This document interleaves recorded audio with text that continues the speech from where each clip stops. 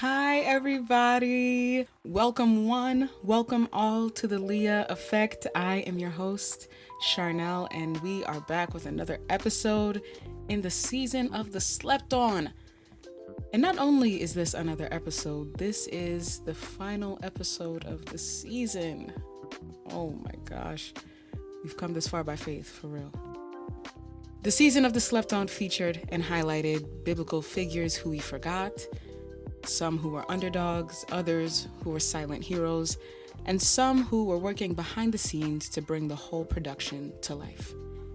And we're still keeping the train on the tracks, all right? Our very first episode focused on a woman who was deemed as forgettable, unimpressive, and constantly overlooked, who ended up being a pivotal member in the lineage of Jesus Christ. And today, we close out the season of the Slept On with someone who spent their days hiding in fear, shame, and exile due to his condition. Today, I'm talking about Mephibosheth. Now, his story is connected to a few other people in this good book, so I have to provide context because context matters here. So, allow me to set the scene. In this story, outside of Mephibosheth, we have three main characters and one supporting character. We have David. Yes, that David. The shepherd. The one who wrote the Psalms. The one with the slingshot. Kills Goliath, right? We have Saul, the very first king of Israel who was disgraced and dethroned due to his disobedience to the Lord. And we have Jonathan, Saul's son and David's best friend. And our supporting character is Samuel, the first prophet / judge of Israel. Plays both roles. Okay, so let's start from the top. Remember throughout the season where I spoke about judges, those responsible for the spiritual and moral upkeep of Israel, which declined anyway, who heard from God and tried to keep the nation within good standing in God's laws and judgments while also fighting their enemies to remain a people free from oppressive powers? Yeah, so that didn't last forever. The role of judges dissipated after about 400 years, and the role of the prophet rose. And here is where we find ourselves in 1 Samuel. Now, the first prophet is an advisor to the king of Israel, the very first king of Israel. Okay? And how did kings come into play? I'm so glad you asked. The children of Israel kept asking God for a king. And God's like, nah, I'm your king. I should be enough. But comparison kicks in, and the children of Israel are like, but God, all the other nations have kings. Why don't we have a king? And God's like, no, I'm telling you, you do not want one.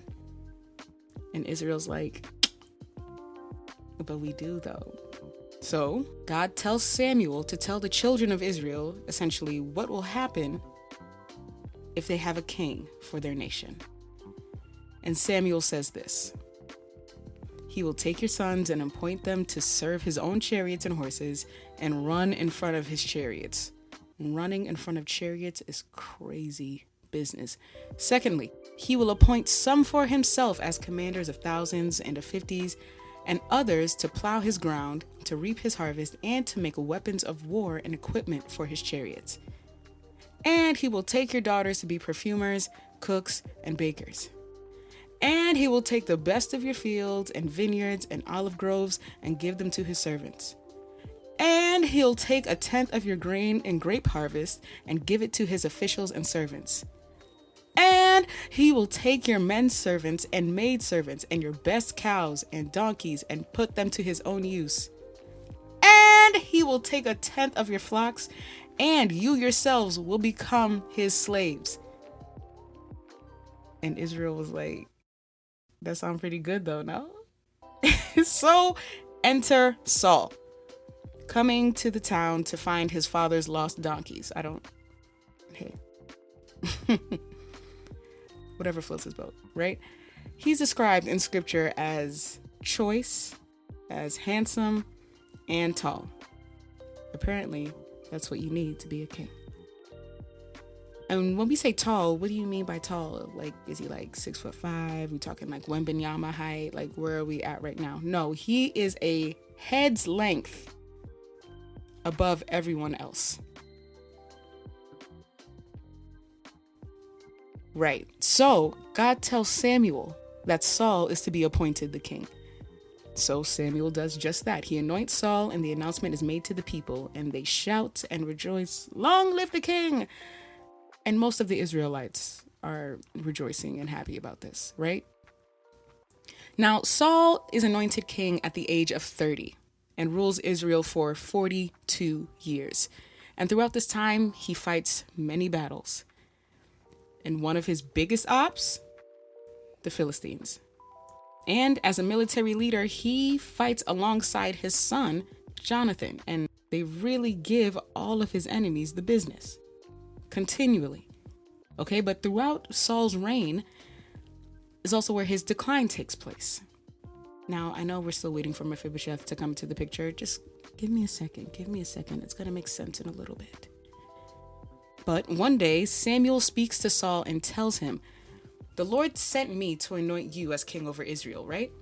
So now you have to listen to the words of the Lord. And this is what the Lord of hosts says.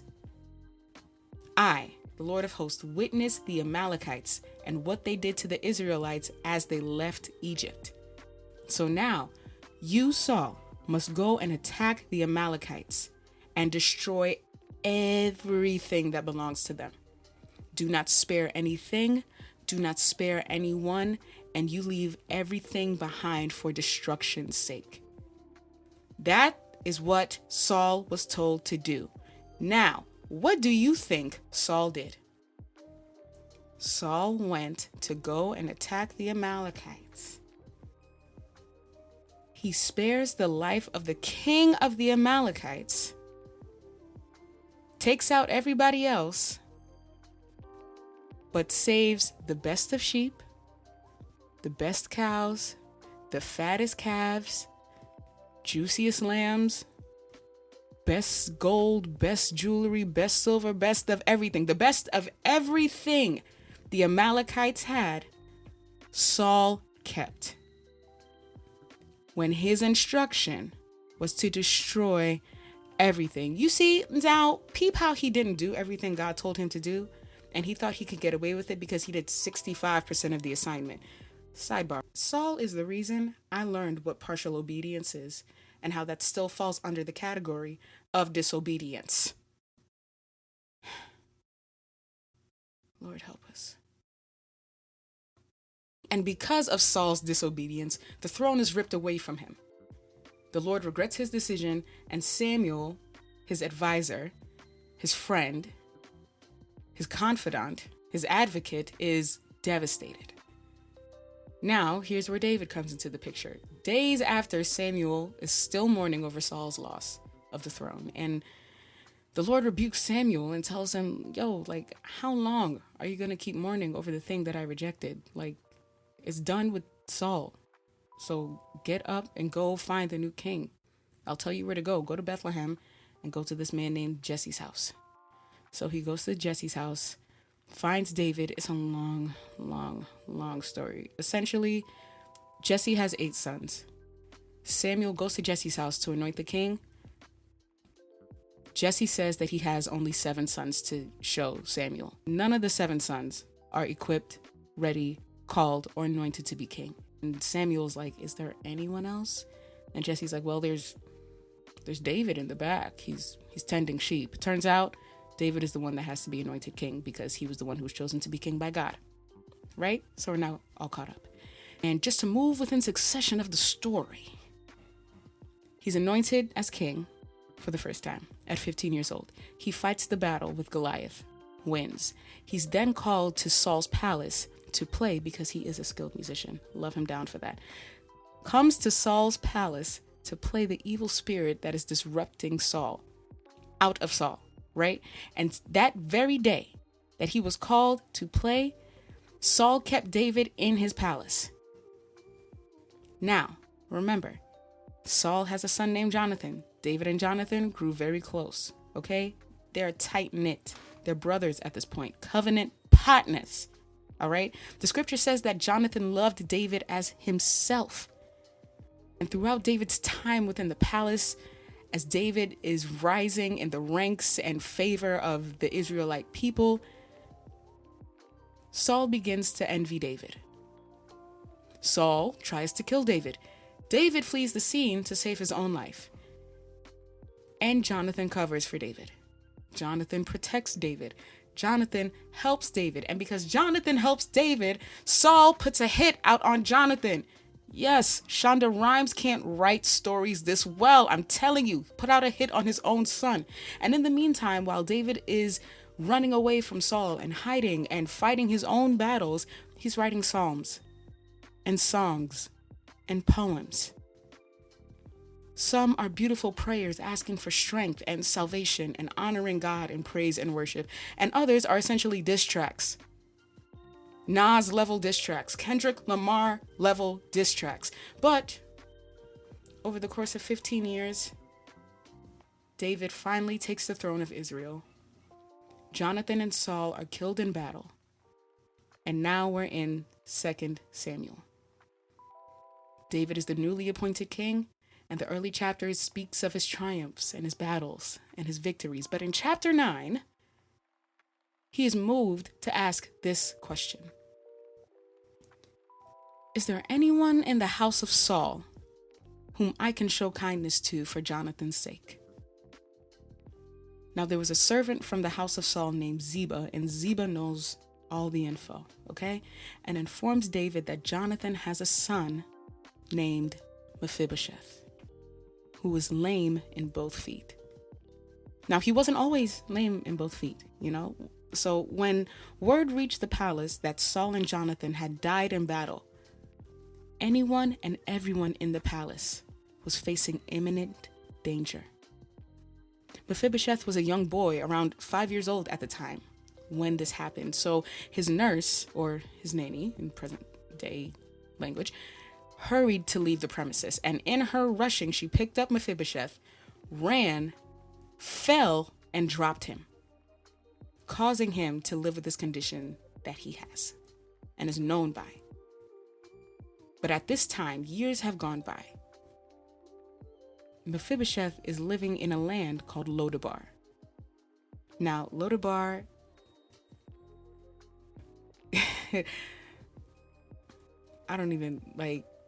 Lodabar is like Skid Row, for real, okay? It is a desolate place, and it means barren or a place of no pasture. It is a place known for isolation and desolation. And that's where we find Mephibosheth. David summons him to come to the palace. And when Mephibosheth comes, David assures him not to be afraid, first and foremost, because Mephibosheth is someone who has been surrounded by loss and depletion by the hands of others. War is all he knows, and it's why he is what he is and where he is now. And traditionally, what is to be done when a new king takes over the throne is that all descendants from the former king's family was either killed or exiled.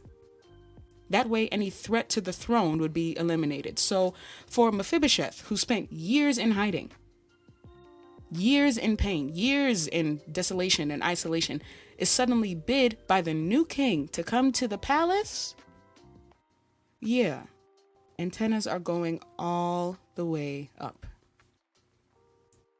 But David tells Mephibosheth his plan and says, I will show you kindness, surely, for the sake of your father Jonathan. I will restore to you all the land that belonged to your grandfather Saul, and you will always eat at my table. To which Mephibosheth replies, what is your servant that you should notice a dead dog like me? Then the king summoned Ziba, Saul's servant, and told him, I have given your master's grandson everything that belongs to Saul and his family. Ziba, you and your sons and your servants are to farm and to till the land and to bring in the crops to make sure that he is provided for. And Mephibosheth will always eat at my table. And the chapter ends by saying Mephibosheth ate at David's table like one of the king's sons. So what is so important about eating at the king's table? Well, first and foremost, the king's table has honor. It has favor. It has provision of the highest esteem. And lastly, it has security. And here we have Mephibosheth, who referred to himself as a dead dog. He now has a permanent seat at the king's table. He is restored and covered, where his deficiencies are not highlighted or not even seen at this very table. He is taken in and accepted and loved and chosen specifically, not based on merit, not based on deed, but of the covenant of love that grace will cover and intercede for him, even when he felt disqualified or undeserving. When others would have considered him an enemy, the king took him in as a son. So now Mephibosheth is no longer isolated, but he is now insulated within the kingdom. So what is the Mephibosheth effect? The Mephibosheth effect is when the covenant supersedes the condition. In one way or another, we have all been Mephibosheth, feeling disqualified by life's circumstances, finding ourselves in places of hopelessness or barrenness, defeat, rejection, fear, and even death, honestly, and making a home in it, finding a place in it to live and even potentially thrive. Because Mephibosheth had a life in Lodabar. Let's not bypass that. Mephibosheth had a child in Lodabar. Mephibosheth had a livelihood in that place, but Lodabar became his personality. And that was who he was because of where he was. But how glad am I that the king made good on his covenant and came looking for Mephibosheth. The king came looking for you. The king came looking for me. And when he found me, he placed me at the table where my flaws are covered, where I'm not an enemy, where I'm not a mistake, where I won't be dropped ever again. And that safety and security is designed just for me. What else but love could be the motivating factor behind that? The covenant between David and Jonathan was that the Lord will be with David as he was with Saul at one point in time. But may David show unfailing kindness like that of the Lord to Jonathan as long as he lived, and do not ever cut off his kindness from Jonathan's family. Jonathan asked David to reaffirm that covenant because he loved him as he loved himself. And generations later, Mephibosheth became the beneficiary of a covenant he never even made. That's grace. That's covenant. Y'all, that's gospel. Because the truth is, we're all sitting at a table we didn't earn because of a promise we didn't make.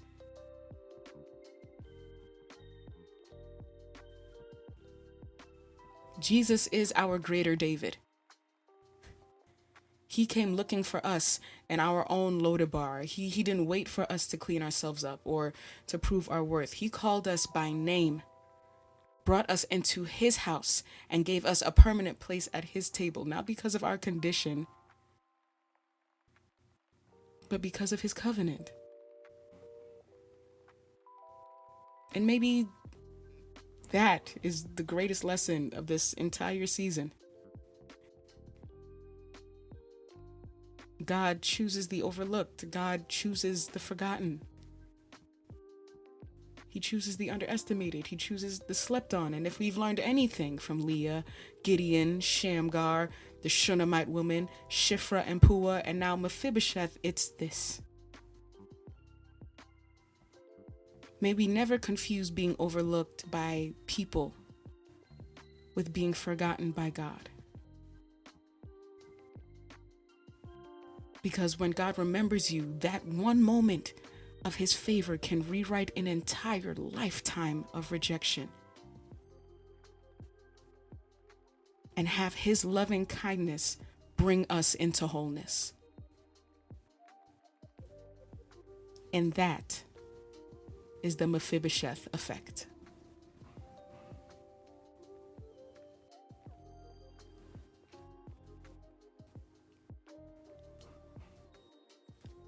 As this season of the Leah effect comes to a close, I want to say this. Your story is worth telling. It's evidence that God's love is still tangible, that his plan is still unfolding, and that he always has a way of bringing the story to the ending it was always meant to have. From the bottom of my heart, thank you so much for joining me on this adventure that has been season 1 of the Leah Effect. It has truly been an honor to walk and talk through these stories with you, and this is just the beginning, y'all, and I cannot wait for what is ahead. Because when season 2 comes back, ooh, it's going to be a good time. It's going to be a doozy. But in the meantime, make sure you are following us on Instagram @_the Leah Effect. And please subscribe to our YouTube channel so you don't miss any updates, announcements, and upcoming episodes for season 2. God bless you. Thank you. And always remember, there is more to the story, and the effects are truly endless. Catch you next time. And I'll see you in season 2.